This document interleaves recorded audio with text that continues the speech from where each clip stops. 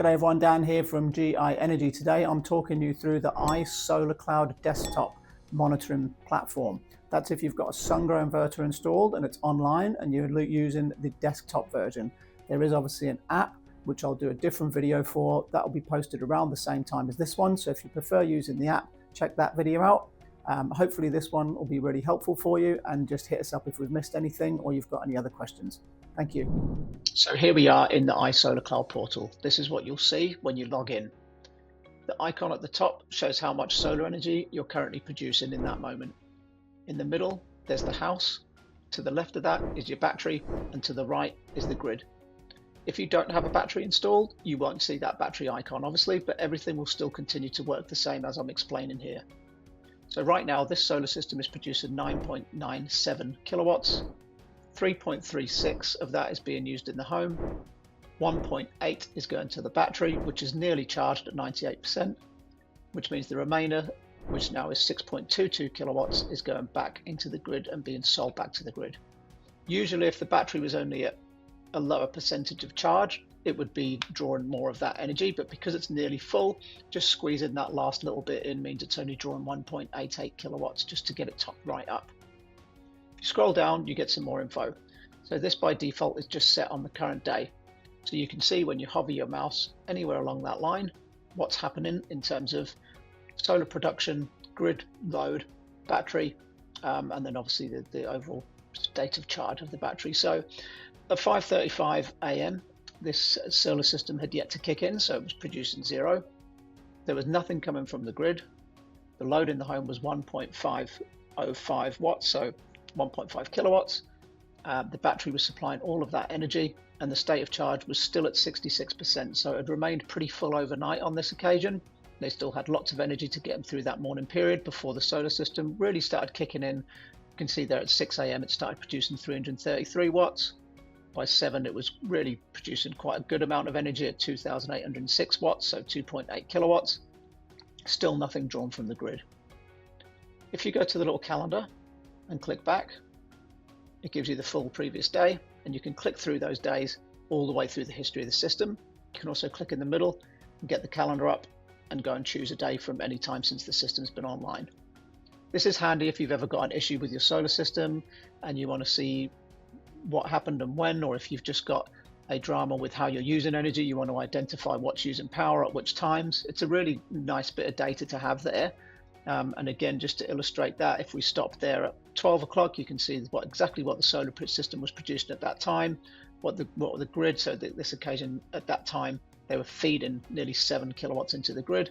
Obviously, battery state of charge was at 100% all the way through till 5:40, where it just started to dispatch energy into the home after the solar system had stopped producing energy. So the system was producing very little, and then by 6:15 it had gone down to zero. At the top here, you can obviously see the different time frames, so you can click on the week and you can see there, because this home has a battery and a consumption meter installed, you're obviously getting information about how much energy is used, as well as how much is drawn from the grid and stored in the battery. Once again, if you don't have a battery, there's going to be more limited data. Also, if you don't have a consumption meter, or sometimes referred to as a Sungrow smart meter installed, you wouldn't get the consumption data either. So if you only had solar production, you would only see the production figures. And if you wanted to get the consumption data there, you would need to add a Sungrow smart meter or Sungrow's consumption meter, depend on what you're calling it. You can go to month, and the bar at the top here will give you a breakdown of that period. It will tell you exactly what you've produced and used. Obviously, then you can flick to year, and you can scroll through to last year and see the full year of production throughout the year. Again, this is pretty handy. Once you get lots of years worth of data in there, you can kind of monitor what the performance of the solar system is and the battery is, and also just what your load is. So if you've had a growing family, for example, or added more electrical appliances, potentially removed electrical appliances, you can see how that trend has affected your overall power use, which can be quite handy. Lastly, on this page, just at the bottom there, it shows you there what your CO2 reduction was, and then it gives you that as a representation of standard coal saved, and then also the equivalent in planted trees, which is quite a nice thing to know and to have some kind of comparable thing there to compare the CO2 emission reduction to, in the form of planted trees and save coal. That's your dashboard. Honestly, with Sungrow, that's probably where you're going to spend most of your time. That being said, there are obviously more tabs on here. One of the most important ones, now that people are installing batteries and trying to take advantage of potentially a VPP or a time-based tariff where there's very cheap or free energy for a certain window of the day, is how you can set your battery up to automatically charge during those times. So for example, OVO and Glowbird have a window of time where the kilowatt hour charge for energy is zero. And you might want to force charge your battery during that time so you can get that free energy to top it up, and then you can use your solar panels obviously elsewhere. If you want to set that up, you need to go into your plant configuration, into your settings, and then into your device parameters.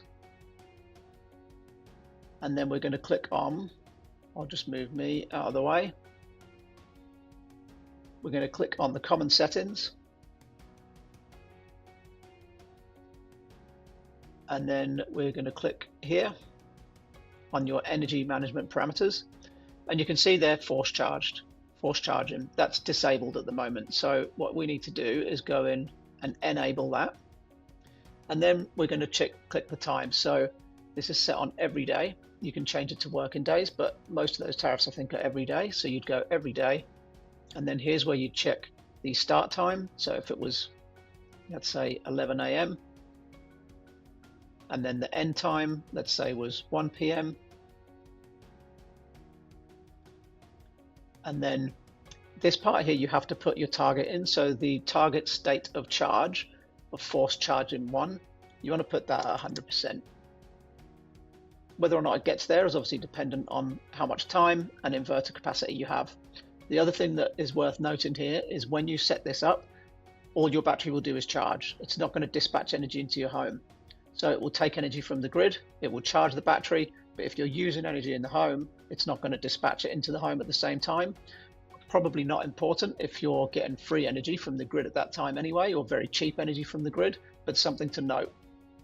If you want to do a second window, you can. So you can choose here the time to start the second window. So if you've got a free window during the day and then a very cheap window overnight, for example, or if there's two different time windows where it's free energy, that's where you set up both of those windows. Then you would click apply settings. I'm not going to do that because this is obviously somebody's live battery, but that's where you would apply those settings. If you ever want to check what those settings are, you click on the parameter query up here. And that's basically it. So that would then get that battery charging exactly when you wanted it to, when it was either free or very cheap from the grid. So I'll go back to the top now and just run through these other options. So the device just shows you basically what's installed there. You can click on any of these. If you ever need your serial number for anything, if there's an issue with the system, or you're looking to potentially submit a warranty claim, or you need to speak to an installer about exactly what you have installed there and they want to know exactly what the system is, this is where you find all of that information. If there's ever a fault with your solar system, it will appear here. Obviously there's no data in this one at the moment. You can click through the different dates and you can see if there's any historical ones that had been resolved. And again, for this one, there aren't any. Your curve gives you basically just a more detailed chart that we were looking at before. So similar information than we were looking at on that main page. Within your settings, obviously we've already been through that. You've got your device parameters. There are other settings in here, probably ones that aren't going to be used, to be honest, from a consumer. There's more things in here that you might look at as an installer, or if you're exploring potential issues with the system. But for the purpose of this video, the main one in there is just setting your battery times. Plant configuration, again, is probably not something that you would tweak. It's something that your installer would set up, and it's all in there, but it's good to have that information obviously there.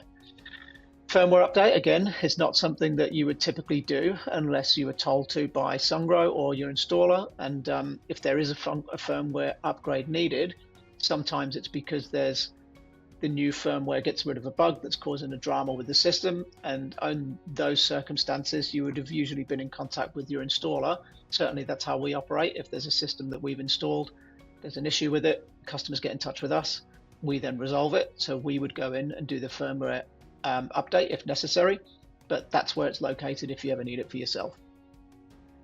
Your live data just gives you a bit more information. So if we click into here, you can see there basically what the system is producing, and it gives you a lot more parameters than just on that first page. Not sure how often that a general consumer would use that, but again, that's where that is. That's pretty much all the important stuff. This curve you don't really need to ever do anything with. As I say, it's mostly this overview page is where all of your information is. If there is ever a fault with your system, it's going to send you an email anyway and let you know, and then my advice would be get in touch with an installer, and the installer that installed it for you should hopefully be very helpful to see through that fault with you and find out what's going on, find a resolution and get it resolved. Sungrow are very good with claims for potential warranties, so the support they give is great. You're better off going through your installer rather than trying to contact them directly, though, I would say. You can see now this battery's at 100%, so that last little bit has trickled in, and we're now feeding the home and also selling back a significant amount of energy back into the grid. So this person is doing a great job of being really self-sufficient with their battery. They have been for a very long time. It's been ticking along with no faults, and the monitoring has just been there supporting that the whole way through. If we've missed anything, please let us know in the comments. Obviously happy to answer any questions that we can, and if there's stuff that you need additional videos for, we're also happy to make them. So thank you for watching. Hopefully this has been useful for you.